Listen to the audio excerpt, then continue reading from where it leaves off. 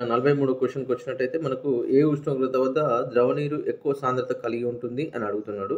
So, ఇది యాక్చువల్‌గా మనకు ఫిజిక్స్‌లో వస్తది, కెమిస్ట్రీలో వస్తది. నెక్స్ట్ అదే విధంగా మనకు బయాలజీలో గూడా రావడం అనేటువంటిది జరుగుతుంటది. ఇది ఎన్విరాన్మెంటల్ సైన్స్ నుంచి అడిగినాడు. సో, ఏ ఉష్ణోగ్రత వద్ద ద్రవ నీరు ఎక్కువ సాంద్రత కలిగి ఉంటది. ఇది నీటి యొక్క అసంగత వ్యాకోచ గుణం అనేటువంటి విషయంగా మనం జెప్పేసుకోవచ్చు. సో, ఆన్సర్ వచ్చేసి 4గా మనం మనం అంటే ఫస్ట్ వన్‌గా మనం జెప్పేసుకోవచ్చు. 4 డిగ్రీస్ వద్ద మనకు ఏంటిది ఎక్కువ సాంద్రత కలిగి ఉంటాంటది. మనకు తెలుసు కదా! చలికాలం వచ్చేసరికి నీరు ఉపరితలం అంతా గడ్డాటుకొని పోతా ఉంటది. అంటే లేక్‌లో ఉన్నటువంటి నీరంతా గడ్డకట్టుకపోతా ఉంటది. లోపల ఉన్నటువంటి నీరంతా గూడా ఏంటిది లిక్విడ్ స్టేటస్‌లో ఉంటా ఉంటది. కారణం అదే నీటి యొక్క అసంగత వ్యాకోచ గుణము. సో, దానివల్ల చేపలు ఎక్కువగా బతుకుతున్నాయనేటువంటి విషయాన్ని మనం చెప్పడం అనేటువంటిది జరుగుతుంటది. సో, ఇది 43 దానికి ఆన్సర్. సో, ఏ ఉష్ణోగ్రత వద్ద ద్రవ నీరు ఎక్కువగా సాంద్రత కలిగి ఉంటది అనంటే ఆప్షన్ 1 4 డిగ్రీస్ సెంటీగ్రేడ్ వద్ద మనకు ఎక్కువ సాంద్రత కలిగి ఉంటదనేటువంటి విషయాన్ని మనం జెప్పేసుకోవడం అనేటువంటిది జరుగుతాంటది. నెక్స్ట్ ఇంకా మనం గమనించినట్టయితే మనకు ఇంకా ఉన్నాయి. ఏంటి అనేటువంటి విషయాలను గిట్ట గమనించినట్టయితే చూద్దాం ఇంకా కొన్ని ఇక్కడ 44ది చూసినట్టయితే బీటీ పత్తికి సంబంధించినటువంటి ఈ క్రింది వాక్యాల్లో ఏవి సరైనవి అన్నాడు. బీటీ అంటే ఇది యాక్చువల్‌గా ఒక జన్యు మార్పిడి పంట. అంటే మనకు తెలుసు గదా! కంప్లీట్‌గా ఆర్‌డి అనే టెక్నాలజీ నుంచెల్లి దీన్ని అడిగినట్టు మనం చూడొచ్చు. టెక్నాలజీ నుంచెల్లి అడిగినాడు. సో, రైట్ ఇక్కడ ఇదొక జన్యు మార్పిడి కీటక నిరోధక పంట. 100% ఇది కరెక్టే. ఓకేనా. జన్యు మార్పిడి కీటక నిరోధక పంట కరెక్టే. నెక్స్ట్ బోల్వాన్ మరియు తెగులుకు వ్యతిరేకంగా అభివృద్ధి చెందింది. అవును ఇది లెపిడోప్టెరాన్స్ ఓకేనా. సో, అంటే కీటకాలు మనకు ఉంటాయి కదా! బటర్‌ఫ్లై లాంటి లెపిడోప్టెరాన్స్ అంటే బోల్వార్మ్స్ అంటాం వాటిని. వాటికి తెగులుకు వ్యతిరేకంగా అభివృద్ధి చేయబడ్డది. రైట్ వెరీ గుడ్ ఇది కూడా కరెక్టే. నెక్స్ట్ భారతదేశంలో వాణిజ్య కొనుగోలుకు అవును ఇది 100% కరెక్టే. ఇక్కడ ఇండియాలో మహికో సంస్థ దీన్ని అభివృద్ధి చేస్తుంది. మోనోసాంటా అక్కడ అమెరికా నుంచెల్లి దీన్ని తీసుకురావడం అనేటువంటిది జరిగింది. రైట్ ఇది కూడా కరెక్టే మూడోది కూడా. ఇక్కడ బీటీ పత్తి మీద అనేక అధ్యయనాల కోసం వాణిజ్యీకరణకు అధ్యయనాల తర్వాత 2002కు వాణిజ్యీకరణకు తుది ఆమోదం లభించింది. ఇది కూడా 100% కరెక్టే. అంటే ఇక్కడ 4 కూడా కరెక్టే. అంటే దీంట్లో ఫస్ట్ ఆన్సర్ మనం సింపుల్‌గా చెప్పేసుకోవచ్చు. ఏబిసిడి అనేటువంటిది ఇక్కడ ఫస్ట్ ఆన్సర్‌గా మనం చెప్పేసుకోవడం అనేటువంటిది జరుగుతుంటది.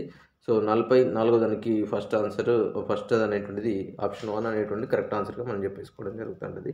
నెక్స్ట్ అదే విధంగా చూసుకున్నట్టయితే ఇంకా మనకు హ్మ్.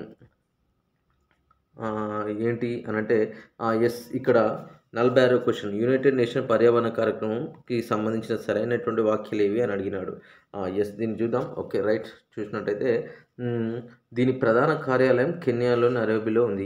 ఇది 100% కరెక్ట్. ఇది ట్రిపుల్ ప్లానెటరీ సంక్షోభాలకు పరిష్కార మార్గాలను కనుక్కోవడం జరిగింది. ఇక్కడ ట్రిపుల్ ప్లానెటరీ సంక్షోభం అంటే మనకు అర్థం తెలవాలి.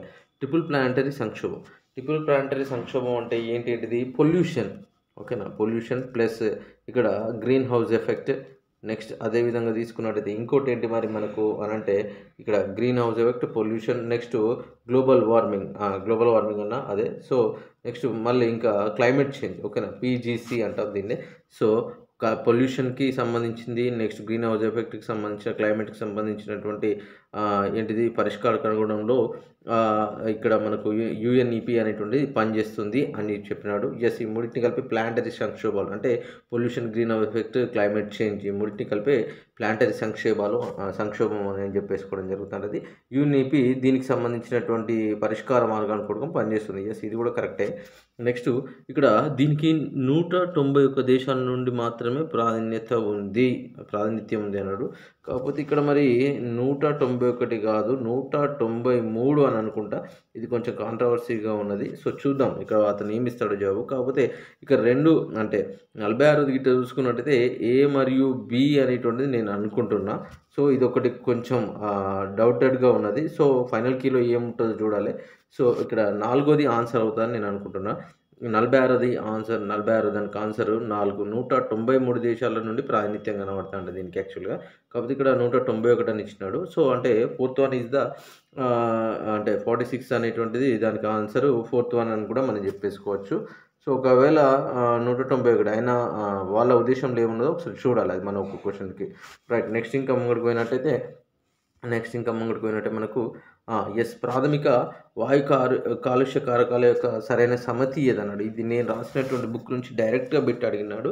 సో, ఇక్కడ ప్రాథమిక వాయు కాలుష్య కారకాల యొక్క సరైన సమితి ఏంటి అనేటువంటి విషయాన్ని గిట్ట మనం గమనించినట్టయితే మనకు 47ది గిట్ట గమనించినట్టయితే మనం చెప్పేసుకోవచ్చు. ఏమి అని అంటే కార్బన్ మోనాక్సైడ్. 100% ప్రాథమిక కాలుష్య కారకాలు అంటే ప్రాథమిక కాలుష్య కారకం అంటే ఏంటిది? ఇక్కడ వాతావరణంలో ఏ రూపంలోనైతే ప్రవేశించిందో అదే రూపంలో ఉండి వేరే దాన్ని ఇక్కడ ఏంటిది వేరే దానితోటి మాడిఫై చెందింది ఇక్కడ ప్రాథమిక వాయు కాలుష్య కారకం అవుతూ ఉంటుంది. సో, కార్బన్ మోనాక్సైడ్ ఇది ఎవరితోటి అంటే ఇక్కడ రియాక్ట్ చెందదు. నెక్స్ట్ సల్ఫర్ డయాక్సైడ్ ఇది కూడా ఓకేనా. నెక్స్ట్ అదేవిధంగా తీసుకున్నట్టయితే పార్టిక్యులేటెడ్ మ్యాటర్ ఓకేనా. ఇది కూడా కంప్లీట్గా మనకు ప్రాథమిక కాలుష్య కారకాలు సరైనటువంటి సంతతి. కాకపోతే ఇక్కడ నైట్రోజన్ అనేటువంటిది కాదు. అంటే ఇక్కడ మనకు నైట్రోజన్ వాతావరణంలో అత్యధిక శాతం నైట్రోజన్ ఉంది. 78% మనకు కనబడుతూ ఉంటుంది. కాబట్టి అంటే ఇక్కడ మనం ఆన్సర్ ఏం చెప్పేసుకోవచ్చు? ఏబిడి ఏదైతే ఆప్షన్ ఉందో అదే రావడం అనేది అంటే మూడోది ఆప్షన్గా మనం చెప్పేసుకోవచ్చు. నెక్స్ట్ అదేవిధంగా చూసుకున్నట్టయితే ఇంకా కొన్ని ఆన్సర్లు చూద్దాం మనం. ఇంకా కొన్ని ఆన్సర్లు గిట్ట గమనించినట్లయితే ఏరోస్పేస్ తయారీలో ఉపయోగించే క్లోరోఫ్లోరోకార్బన్స్ ఏంటివి అని అడిగినాడు.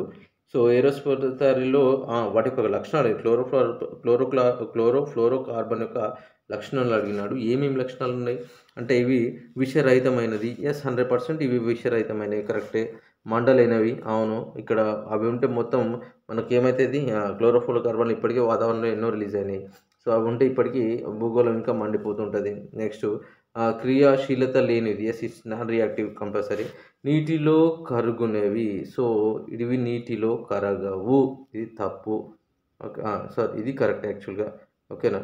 రైట్. అంటే ఇది అనేటువంటిది అంటే లాస్ట్ వన్ అనేటువంటి నీటిలో కరగనవి అంటే ఇది నీటిలో యాక్చువల్గా డిజాల్వ్ కాదు. వాటర్ సాలబుల్ అని ఇచ్చింది కాబట్టి అంటే 49వ దానికి ఆన్సర్ ఏంటి అని అంటే మనం చెప్పేసుకోవచ్చు ఏబిసి. ఏదైతే ఆప్షన్ ఉంటుందో అదే అయితే ఉంటుంది. అంటే 4వది ఇక్కడ కరెక్ట్ ఆప్షన్ అవుతుంది. అంటే నీటిలో ఇది కరుగునవి అని ఇచ్చేసిండు కాబట్టి ఇవి కరగవు ఓకేనా. సో, ఇది ఏంటి 49వ దానికి ఆన్సర్ వచ్చేసి 49వ దానికి 4 ఆన్సర్ అవుతుంటుంది. నెక్స్ట్ అదేవిధంగా చూసుకున్నట్టయితే జీవ వైవిధ్య సమావేశం కొరకు సివిడి ఓకే.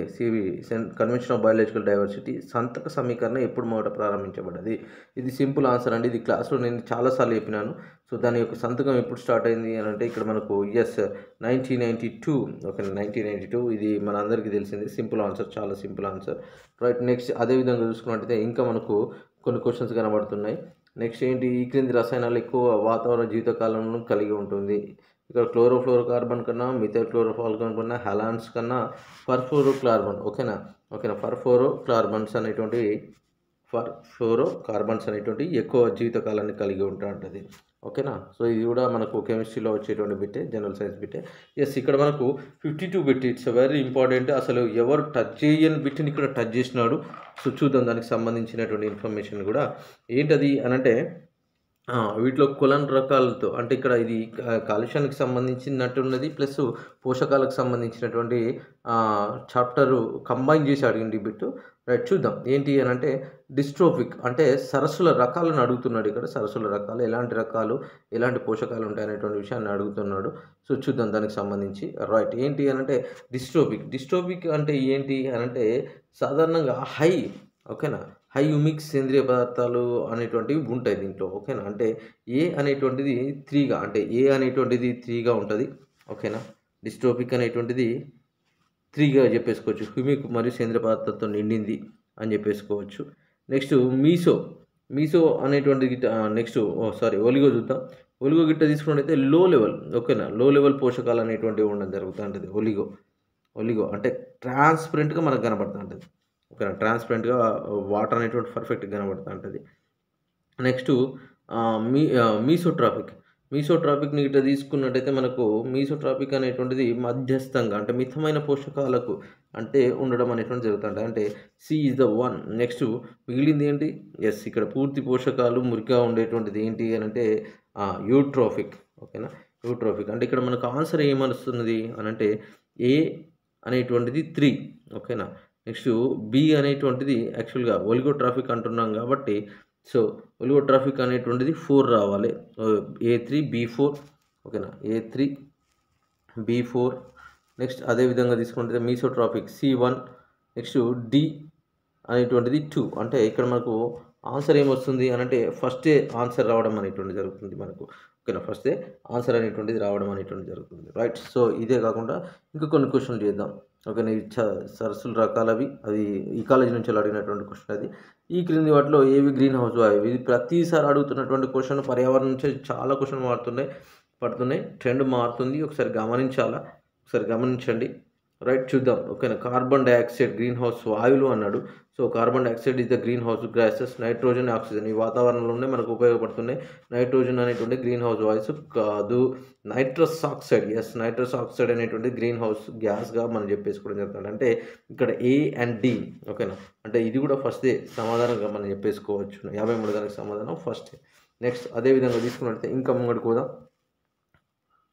ఇవి మన బయాలజీకి సంబంధించినటువంటివి కొన్ని క్వెషన్స్. అంతేకాకుండా ఇంకేమన్నా ఉన్నాయా అనేటువంటి విషయాన్ని గిట్ట గమనించినట్టయితే చూద్దాం.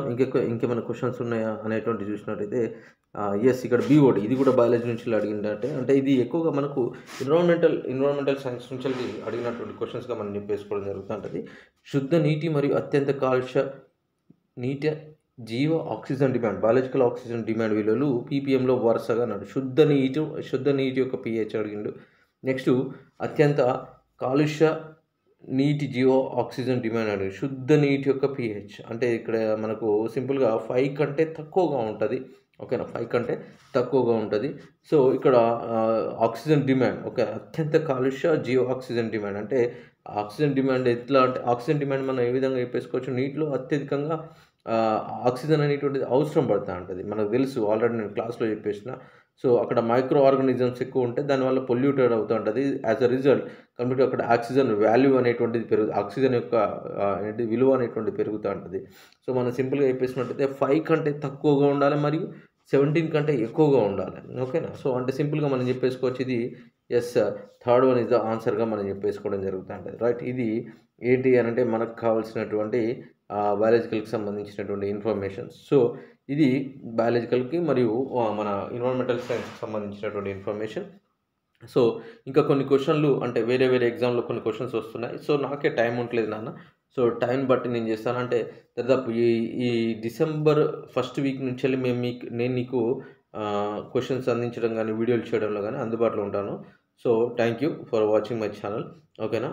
మీరు ఇంకొంతమందికి చెప్పి దీన్ని సబ్స్క్రైబ్ చేపియండి. సో, ఫ్రీగానే కాంటెంట్‌ని ఫ్రీగా కాంటెంట్ అందివ్వాలనేటువంటి ఉద్దేశంతోటి నేను మూవ్ అవుతున్నాను. సో, మీ మీ ఫ్రెండ్స్ అందరికీ కూడా ఈ విషయాన్ని చెప్పండి. ఓకేనా. నా బుక్ నుంచి దాదాపు అన్ని క్వెషన్స్ నా బుక్ నుంచెల్లి రావడం అనేటువంటిది జరిగింది. త్వరలో నేను ఏంటి అనంటే మనకు సంబంధించినటువంటి బిగ్ బ్యాంగ్ కూడా రిలీజ్ చేయబోతున్నా. ఆల్మోస్ట్ ఆల్ వర్క్ అంతా అయిపోయింది. సో, ఇప్పుడు రిలీజ్ చేయడానికి సిద్ధంగా ఉంది. జనవరి లోపట మీకు బుక్ అనేటువంటిది మీ చేతిలో ఉంటది. Right. Thank you. Right. Me Vinod sir.